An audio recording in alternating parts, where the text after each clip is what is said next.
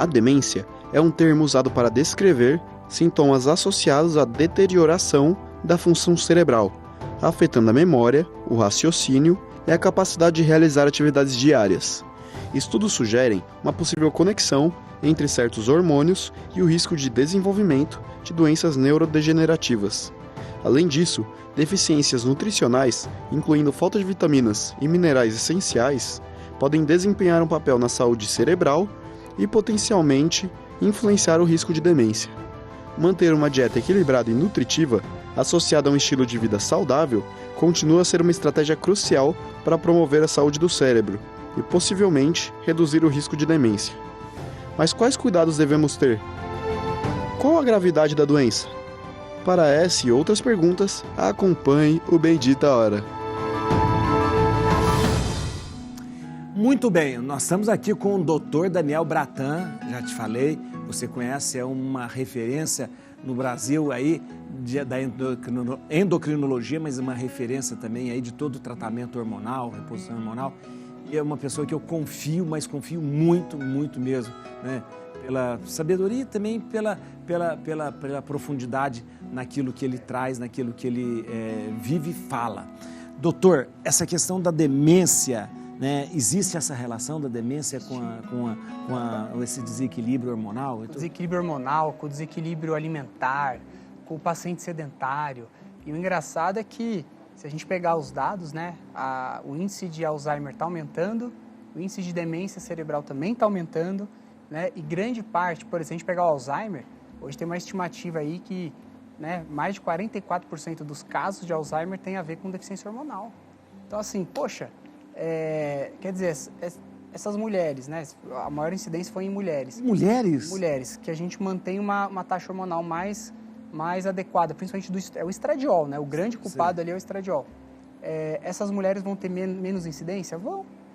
Né? A demência cerebral também está associada ao déficit hormonal, a uma alimentação ruim, ao paciente que é sedentário. E depois que a doença está instalada, né? Muitas vezes a gente não consegue, é irreversível, né? O paciente, depois que ela instalou, uma degeneração. Ela é degenerativa. Mas o que a gente consegue? Melhorar a qualidade de vida desse paciente. Sim. Então, assim, a terapia hormonal no paciente que tem demência cerebral, no paciente que tem Alzheimer, ela é positiva? Ela é positiva, ela vai ajudar ele a ter mais qualidade de vida, assim como no Parkinson. O paciente Sim. com Parkinson, existem terapias que a gente consegue ajudá-lo, a gente não consegue curar a doença nem barrar o processo dela. A gente consegue melhorar muito a qualidade de vida. Eu falo que o que vai acontecer, sempre explico isso para o paciente, não é o médico que consegue dizer. Eu falo assim, o médico ele não tem capacidade técnica alguma para poder prever como que essa doença... A gente sabe por estatística como que a doença se comporta. Mas saber para um paciente, olha, vai evoluir desse jeito, fala que só Deus tem essa capacidade. E ele sim que... Se ele falar assim, acabou a doença, volta a ser o que era, o paciente volta, né? Eu falo, os milagres existem, a gente tem que fazer nossa parte.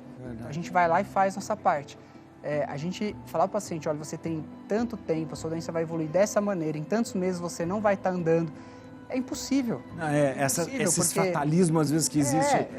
Eu te dou quantos meses de vida eu tenho? Imagina. Luiz, nenhum médico tem o direito de falar não tem o direito. Eu falo mais, padre. Eu falo, me fala qual capítulo do livro, que livro que leu isso. Isso. Para poder ter essa audácia, porque a única pessoa, né, o único ser que poderia falar isso é Deus. Ele, né, e ele sim tem a capacidade de pegar o paciente e reverter qualquer doença. A gente vai acompanhar um VT agora, a gente que fala sobre os 10 sinais de demência, segundo a Organização Mundial da Saúde.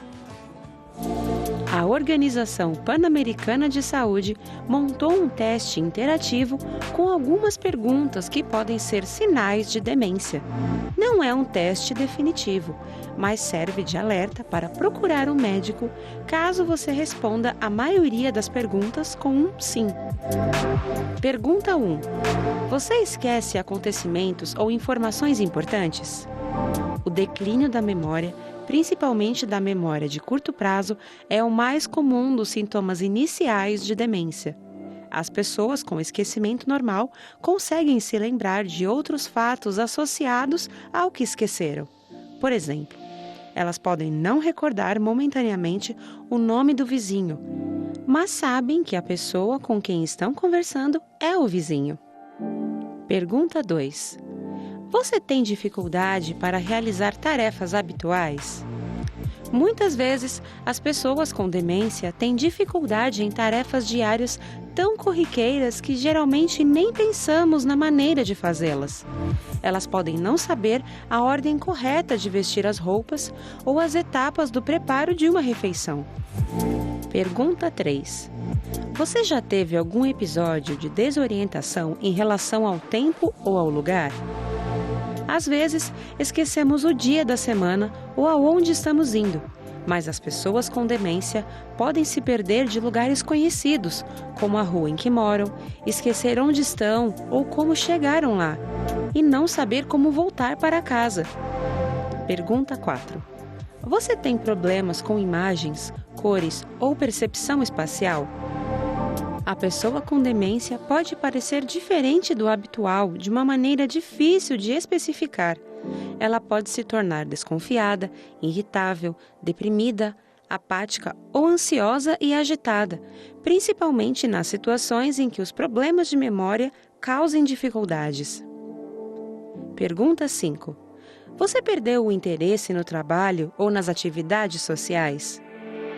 Todos podem se sentir cansados das tarefas domésticas, atividades profissionais ou obrigações sociais uma vez ou outra.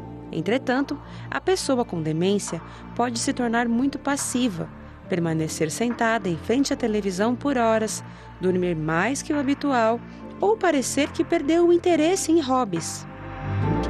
Pergunta 6.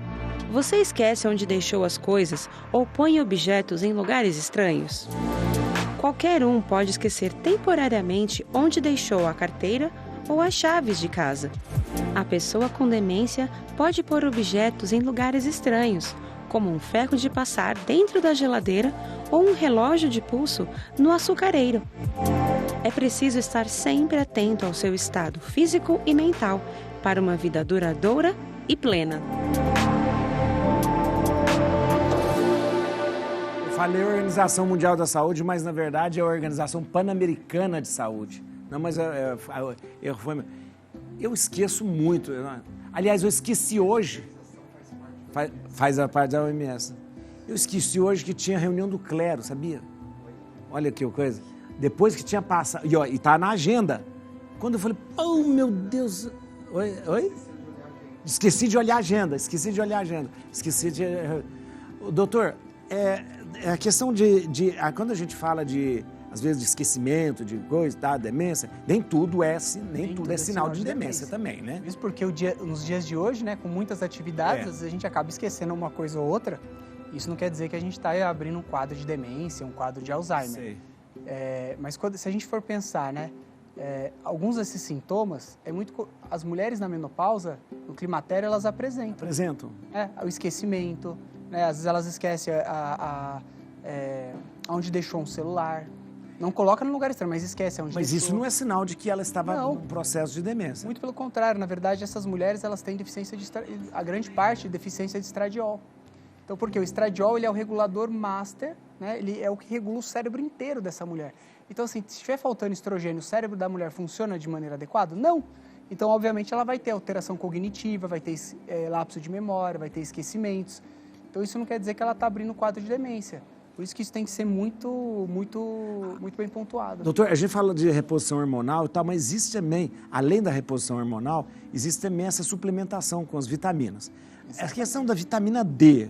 Vitamina D eu sei que hoje é muito importante que seja reposta. Ela tem a ver também alguma coisa para retardar esse desenvolvimento da demência?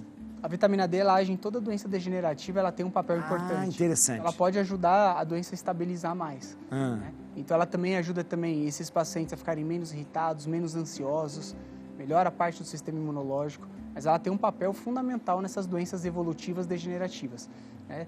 Então, ela tem um papel muito importante. Tanto é que o Dr. Cícero Coimbra, lógico, não é o mesmo tipo de doença, né?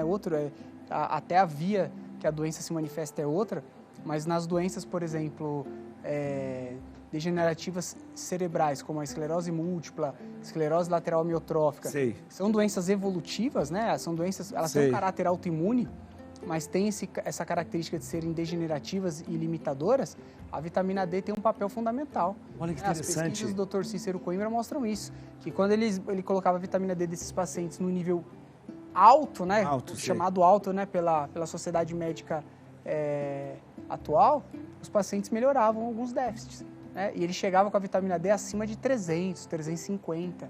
E hoje, se a gente pegar a referência do laboratório, fala de 20 a 40. Por isso que a referência do laboratório ela não é uma base para a gente ter como algo que a gente tem que alcançar. A gente tem que se basear sempre no que os estudos estão mostrando e qual o objetivo que eu tenho com esse paciente. Não é todo paciente que precisa chegar em 300. Sei. Qual o objetivo que eu tenho com esse paciente, e aí o que o estudo referente a isso mostra, é nisso que eu vou tentar chegar. Doutor, a questão também, a gente falou da vitamina D, mas outros minerais, pessoal, volta e meia as pessoas falam, a questão da a falta do selênio, do zinco. Selênio, do zinco, ômega 3. Isso.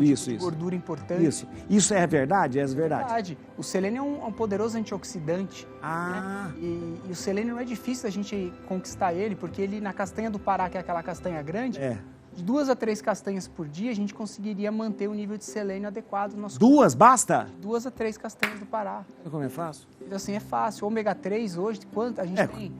As cápsulas lá. A gente tem as cápsulas de ômega 3. O cérebro, né, humano, ele precisa de gordura. Ele gosta, ele tem uma necessidade de gordura. Se a gente for pegar, o alimento mais gorduroso que existe é o leite materno. Isso. E o cérebro do bebê que está em desenvolvimento precisa de muita gordura para poder se desenvolver. Então, assim, o cérebro humano, ele vai necessitar de alguns nutrientes e na falta deles a gente abre esse precedente. E tem que tomar cuidado também com qual informações que a gente leva para o paciente hoje. Porque se fala muito de, não come gordura que você vai infartar, não come gordura que vai fazer mal. Mas espera aí, e o carboidrato? Né? Será que a gordura é tão... Só vilã? E o carboidrato, a gente fala, e o açúcar, a gente fala? Não. Né? E hoje o açúcar está presente em todos os alimentos. A gente pega os alimentos industrializados, quase todos eles têm uma quantidade de açúcar e está ali escrito de uma maneira até disfarçada, né? De modo que a pessoa não identifica. Né? Agora, isso faz mal? Faz. E a gordura? Ela não é tão vilã assim. A gente tem que se atentar ao que o nosso corpo precisa. Fora que existem essas gorduras por aí, a tal da gordura insaturada, insaturada, hidrogenada. Hidrogenada, né, para ela. Aliás, eu só como banha de porco. Banha de porco e azeite, só. O óleo de coco também é muito bom. Óleo de coco é bom. A gente tem que fugir daquela gordura, né, que a gente fala o óleo sintético, né, que o óleo de soja mesmo, óleo de coisa, que é o óleo que é uma gordura insaturada, mas faz mal. Faz mal, exatamente. Tem uma pergunta pro doutor aqui, vamos ver. O que eu posso fazer para prevenir a demência desde a juventude? Desde a juventude... Aí a gente pode fazer muita coisa, né? Primeiro, começar com o exercício. Atividade física é fundamental. Atividade física. Então, atividade física ela é inegociável. Ela tem que entrar como um hábito, né? É uma rotina. E às vezes a gente fala assim, mas eu não tenho tempo. Poxa, 30, 40 minutos, a gente consegue treinar até em casa. É verdade. Hoje em dia tem um monte de aplicativos aplicativo de academia. Aulas no YouTube que mostram como você treinar em casa, com coisas que a gente tem em casa. Quer dizer, não preciso, às vezes, não consigo, não posso pagar uma academia, não vou fazer nada. Não, tem muita coisa que dá para fazer. Uma outra dica é a alimentação. A gente tem que ter uma alimentação mais natural possível. Eu falo que a gente tem que descascar mais, né? Isso. Do que abrir caixas. É verdade. Então, a gente tem que comer fora da caixa, tem que descascar mais. Comer coisas mais naturais e fugir daquilo que é industrializado. Quanto menos alimentos industrializados na dieta, melhor. Né? E evitar o quê? Principalmente álcool em excesso, tabagismo em excesso. Hoje está muito em moda, né? Esse Viper, o cigarro eletrônico. Jesus amado. Isso virou uma moda e até a gente vê jovens de 15, 16 anos usando. E achando que isso não faz mal, porque não tem o cheiro, e é socialmente aceito, isso não vai me prejudicar. Vai, lógico que vai. Esse dia fizeram uma pessoa que vai internada, de repente a pessoa vai internada por causa desse carro eletrônico, o pulmão parecia que tinha graxa no pulmão, porque aquilo é óleo, aquilo é um óleo. Exato. Aquela fumaça é um óleo. E hoje as pessoas podem usar isso em qualquer lugar, porque como não tem cheiro, não incomoda, isso não é proibido, não tem uma legislação efetiva sobre isso, E a gente vê os adolescentes cada vez mais. Então, atividade física, uma alimentação adequada, evitar, né, as substâncias que são nocivas, o álcool, o tabagismo, e o sono. Né? Eu falo que o sono é o principal pilar de tudo isso. A gente precisa aprender a dormir de maneira adequada. Verdade. Porque no sono a gente regula uma série de mecanismos no nosso corpo. Tudo que todo mundo faz errado, né? Come mal, dorme mal, e não faz exercício físico. E ainda tem o controle do estresse que entra nisso, né? Como que eu vou controlar o meu estresse e minha ansiedade? Eu falo que isso é a coisa mais fácil e é o que as pessoas menos fazem, entendeu? É verdade. É a coisa mais fácil que tem de fazer. Já que o Natan chegou, a gente vai falar sobre andropausa agora, né? a gente vai agora, o nosso assunto é um pouco sobre andropausa. Quero que você acompanhe esse vídeo para o doutor explicar para a gente. O Natan chegou porque... Andropausa é um fenômeno associado ao envelhecimento masculino marcado por uma diminuição gradual dos níveis de testosterona. Embora não seja um processo tão abrupto quanto a menopausa, a andropausa pode trazer sintomas como fadiga, alterações de humor e redução da massa muscular. Essas mudanças hormonais podem impactar significativamente a qualidade de vida dos homens. O tratamento pode envolver terapias de reposição hormonal para elevar os níveis de testosterona. No entanto, é essencial abordar cada caso de maneira individual, considerando a saúde geral do paciente, seus objetivos e possíveis riscos. Além das opções médicas, a adoção de um estilo de vida saudável, incluindo exercícios regulares, dieta balanceada e gestão do estresse, pode ajudar a atenuar alguns dos sintomas associados à andropausa e promover o bem-estar global. Para saber mais sobre, acompanhe o Bendita Hora. Interessante que o doutor Daniel já tinha falado tudo isso antes do vídeo. Olha aqui, doutor, seguinte, a gente tem uma marca muito definida da mulher quando entra na menopausa, que é quando para de menstruar. No homem não existe isso. Não existe essa marca. Mas existe a andropausa? Existe. O homem, a partir dos 40, 45 anos, ele fica mais suscetível a entrar nesse período. O que se observa nesse homem? Que o nível de testosterona vai começar a ficar mais baixo. Né? Então, é normal que esse homem vai ficar mais cansado, mais fadigado. E são sintomas comuns. Mas nem todo cansaço, nem toda fadiga quer dizer que é alteração hormonal. Né? A testosterona no homem nunca para. Ela nunca vai parar. O que pode acontecer é que existe uma diminuição da produção. A produção da testosterona. Mas falar que ele parou de produzir... Não existe. Isso não acontece em nenhum momento. O nível de testosterona numa pessoa é quanto? Então, depende. Que a gente observa? Depende muito, porque os níveis hoje apontados, né, se a gente for pegar em vários estudos, fala que o homem tem que variar de 300 até 800. Mas o que eu sempre falo? O homem que está mais perto de 300, ele é totalmente diferente daquele que está mais perto dos 800. É verdade. Existe uma marca muito importante, né? Que abaixo de 300 é considerado o hipogonadismo, já tem uma baixa produção. Abaixo de 300. A gente tem que começar a pensar em fazer algum tipo de reposição. Nos Estados Unidos, né, até eu vi uma aula recente de um dos o presidente da Sociedade Norte-Americana de Urologia, e ele falou que ele considera abaixo de 400 já muito baixo. Ah, é? Né? Apesar dos estudos mostrarem que de 300 para menos é o hipogonadismo, na experiência clínica dele de muitos anos, ele fala que de 400 para baixo já é algo muito, muito gritante no homem. Então, hoje, o que a gente considera? De 300 a 800. A tendência é sempre a gente fazer com que o homem fique mais perto da casa dos 800. Onde ele vai ter o quê? Um melhor desempenho. Agora, doutor, essa diminuição do testosterona que vem acarretar todas essas coisas do homem? A perda da massa muscular? Perda de massa muscular, aumento de gordura visceral. Então, o homem começa a falar, a barriguinha começou a crescer, né? Começa a ficar mais hipoativo, irritado, já não tem tanta disposição para fazer nada. O libido, né? Mas isso é um tabu, porque eu sempre brinco assim, que homem que fala meu libido tá baixo, muito difícil. Né? É mesmo. Todos eles que a gente conversa, não, eu tô ótimo, sou uma máquina. Porque na verdade o homem não gosta de falar isso. Fala disso, não gosta de falar. Estão ótimos, não em casa é todo dia, e sempre tem essa dificuldade. Mas quando você começa a conversar, você percebe que ele já tem alguns sintomas, se você explorar mais, ele acaba abrindo, falando, realmente, meu libido já mudou do que era. Né? Então, tudo isso são sintomas que podem acarretar o homem. E a irritabilidade também. O homem começa a ficar mais irritado, mais explosivo, né? É um sinal também que ele está produzindo menos hormônio do que ele produzia. Olha, gente, fala uma coisa para você. O doutor Daniel, eu sempre digo assim, ele é uma referência na questão do tratamento hormonal e da reposição hormonal. Por que ele é uma referência? Porque ele leva com muita seriedade a questão da reposição hormonal. Por que é diferente? Porque nós temos e sabemos como as pessoas banalizam essa questão da reposição hormonal, ultrapassa a medida, fazendo com que o hormônio seja aí uma maneira puramente estética de se mudar e de se transformar. A seriedade daqui da Rede Vida de televisão é trazer profissionais com este gabarito. Eu quero que você veja agora os riscos da banalização da reposição hormonal masculina. Veja só. A reposição de testosterona tem sido tratada como uma moda por parte de alguns homens.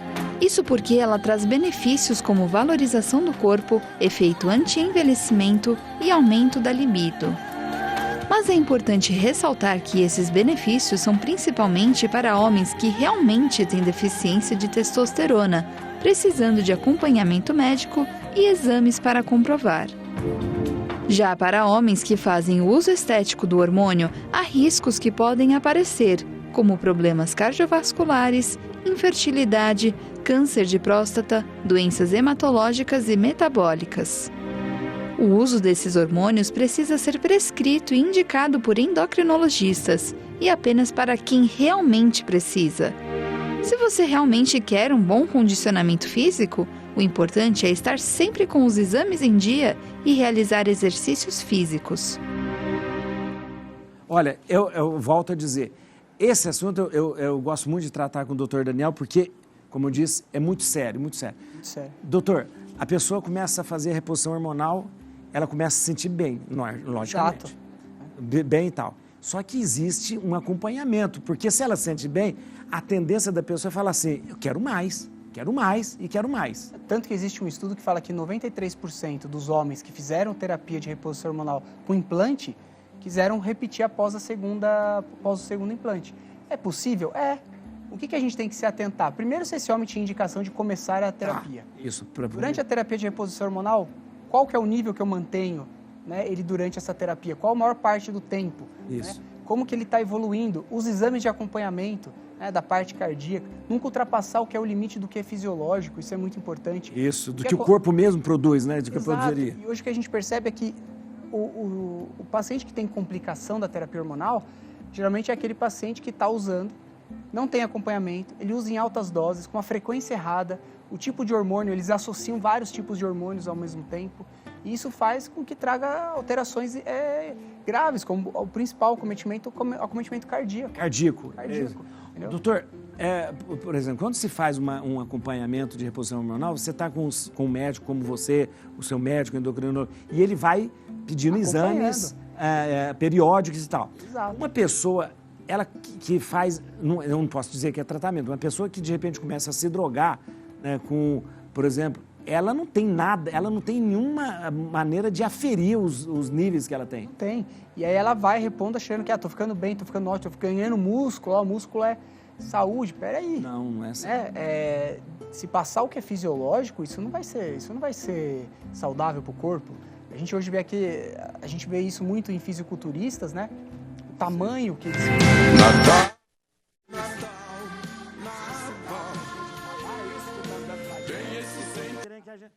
Tá vendo? Esses dias eu vi um vídeo de um fisiculturista norte-americano, né? Que foi conhecidíssimo, foi muito conhecido, né? E ganhou vários daquele Arnold, né? Ele ganhou vários do Mr. Olímpia. Ele ganhou vários. Hoje ele não está andando. Olha que coisa. Ganhou uma degeneração, né? Uma hérnia na coluna, porque a sobrecarga, porque o músculo também pesa. Pesa. A sobrecarga que ele teve no corpo, fora as alterações cardíacas, né, que ele vai estar predisposto, as alterações do perfil do colesterol, que vão mudar muito. Então, ou seja, em vez da gente trazer benefício, a gente acaba trazendo problema. Não adianta. Se você quiser fazer uma reposição hormonal, ou você tem que ter acompanhamento médico, não adianta. Senão não dá certo, Ô, doutor, olha aí. Passou rápido. Não dá. O doutor vem cá... passa muito rápido. Eu queria agradecer, muito obrigado. E você, gente, você precisa, né? Uma questão de necessidade, você precisa acompanhar o Dr. Daniel no Instagram. Vamos lá, o Instagram dele, @drdr.danielbratan, @dr.danielbratan. Ou então, no Instagram do Instituto Bratan, @Instituto Bratan, Instituto Bratan, que é, né, alta tecnologia, um acolhimento maravilhoso, @Instituto Bratan. Ou então entre em contato, né, para você saber mais coisa lá, ó, 0 operadora 11 917 52 35 30. 917 52 35 30. Muito obrigado, doutor. Foi um prazer. É uma alegria quando o doutor vem cá, sinceramente, viu? Olha, a gente vai encerrar o programa hoje com o clipe Envelhecer, do Arnaldo Antunes. O Rodolfo sempre inventa um clipe que tem a ver com, eu não sei, tem uma coisa. Vamos lá.